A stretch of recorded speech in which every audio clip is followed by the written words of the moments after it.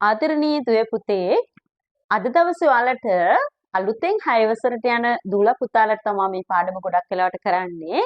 හැබැයි 6 වසර පහ වෙලා 7 වසරට යන දූලාට උනත් පුතාලට උනත් තාමත් ගැටලුවක් වෙලා තියෙන්න පුළුවන් මේ ප්‍රශ්නය. ඒ කියන්නේ පුතේ සිංහල භාෂාවේ අක්ෂර කිහිපයක් වෙනුවට දෙමළ භාෂාවේ එක අක්ෂරයක් භාවිතා කරනවා. ඔතෙන්දි පුතාලට ඇති වෙන ගැටලුවක් තමයි මේක කොහොමද උච්චාරණය කරන්නේ? මේ අකුර කොහොමද ලියන්නේ? හරි. මොකක් ගැනද කතා කරන්න කියලා බලමුකෝ. මෙන්න මේ අකුර ගැන හිතන්න පුතේ. පුතාලට 6 වසරට ගියාට පස්සේ උගන්වනවා මෙන්න මෙහෙම අකුරක්. පුතාලා මේ වෙනකොටත් දන්නවා. මේ අකුර ක. හැබැයි පුතේ මේ අකුර අපි එක තැනකදී ක කියලා කියන අතරතුර තව තැනකදී මේ අකුර හ. තව තැනකදී මේ අකුර ग. ඉතින් ප්‍රශ්නයක් ක හ ग. හැබැයි තියෙන්නේ එක අකුරයි. හරි. අපි විසඳ ගමු මේක. අදින් පස්සේ පුතාලට මේක ප්‍රශ්නයක් වෙන්නේ නැහැ. ක අකුර කොහොමද අපි නිවැරදිව පාවිච්චි කරන්න කියලා ඉගෙන ගමු. right. යම් පාඩමට. පුතේ මේ ක අකුර අපි මෙයාගේ ලක්ෂණ බලමු. right. පළවෙනි මේක ගමුකෝ මෙන්න මෙහෙම විසඳ ගමු. right. මේ අකුර වචනයක මුල හිටියොත් ලේසි ක්‍රමයක් කියලා දෙන්න යන right.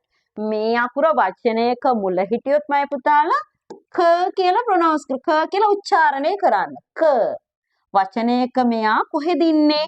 මුල හිටියොත්. වචනයක මුල හිටියොත් ක කියලා කියන්න. right.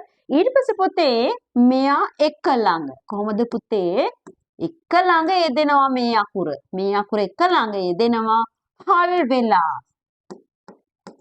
එතකොටත් පුතේ ඔයාලා ක කියලා කියන්නේ. එක ළඟ හල් වී යෙදෙනවා නම් ක. මුල හිටියොත් ඒත් ක. ඊට පස්සේ පුතේ වචනයක මැදයි අගයි. කොහෙද පුතේ තැන් දෙක? වචනයක මැදයි අගයි තනියම තිබ්බොත් එහෙම මෙයා හ කියලා කියන්නේ. වචනයක මැදයි අගයි තනියම හිටියොත් මෙයා හ කියලා කියන්නේ. මෙන්න මේ අකුර අඳුරනවද බලන්න.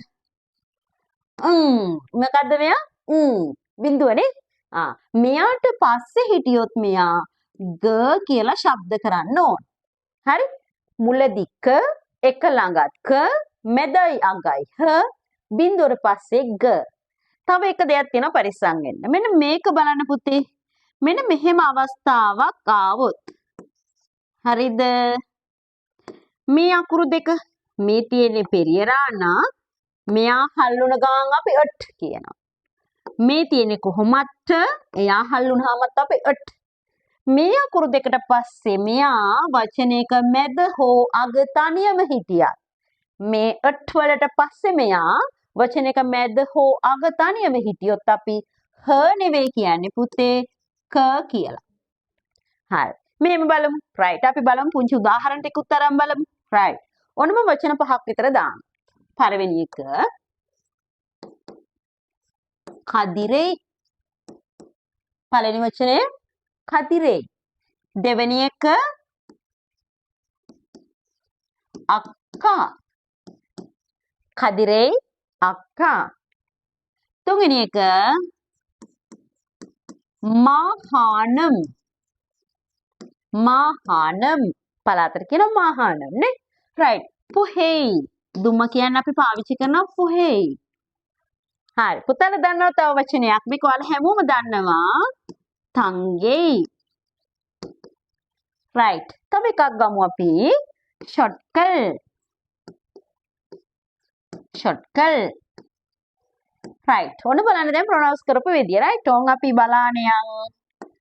අපි කොහොමද උච්චාරණය කරන්න කියලා බලමු. කදිරේ වචනයක මුලදී ක වේ. අක්කා එක ළඟ ක වේ. මහානම් පුහෙයි මැදදී අගදී හ වේ. තංගෙයි බිඳුවර පස්සේ ග වේ. ෂොට්කල් අටවලට පස්සේ ක වේ. දැන් පැහැදිලිනේ? right. අපි මෙහෙම පාඩම් කරමු. ඔන්න පුතේ මෙන්න මෙහෙම කරමු අපි. right. ඔන්න ක මෙහෙම තියෙනවා. පුතාලට පාඩම් කරන්න පහසු වෙන මම කියලා දෙන්නම් ක්‍රමයක්. මෙන්න මෙහෙම පාඩම් කරන්න. මුලදී කවේ. ඔන්න පළවෙනි එක ඈ. මෙයා මුලදී කවේ. right. හරිනේ? දෙකට යන්න. එක ළඟක වේ. මෙයා එක ළඟ අර හල් වෙලාවට පස්සේ කොහොමද අපි කිව්වේ? ඒත් එක ළඟක වේ. ඊට පස්සේ මැදදී අගදී වේ. මෙතයි අග එයා තනියම ඉන්නකොට අපි කිව්වේ හ කියලා. මැදදී අගදී වේ. ඊට පස්සේ පුතේ බිඳුවට පස්සේ ග වේ. මතකනේ? තංගේ කියද්දි වංගේ කියද්දි බිඳුවට පස්සේ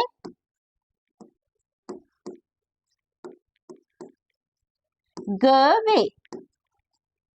right. ට වලට පස්සේ ක වේ. ට වලට පස්සේ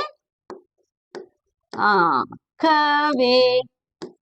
ඔන්න පුංචි දූලා පුතාලට 6 වසරේ අයට විශේෂයෙන්ම මේක ඉතාමත් වැදගත්. පාඩම් කරගන්න මෙහෙම මුලදී ක වේ එක ළඟක වේ මැදදී අගදී හ වේ බිඳුර පස්සේ ग වේ ට වලට පස්සේ ක වේ කියලා වගේ ගීතයක් වගේ පාඩම් කරගන්න පුළුවන්. right. දැන් ඔය පුතාලා ගෙදරදී මේ වගේ වචන හොයලා මේක උච්චාරණය කරන්න පුරුදු වෙන්න. එහෙනම් එක අකුරයි හැබැයි ශබ්ද කරන ක්‍රම තුනයි. ක ග හ. අදින් පස්සේ ක අකුර ගැන තිබ්බ ගැටලු මං හිතනවා පුද්දේ ඉවරයි. හරියට ඉගෙන ගත්තොත් දෙමළ හරිය ලේසි. එන්න අපේ ශියන්ති ටෙමිල් ක්ලාස් එක හැමදාම එකතු වෙන්න. ලේසියෙන් පහසුවෙන් දෙමළ ඉගෙන ගන්න.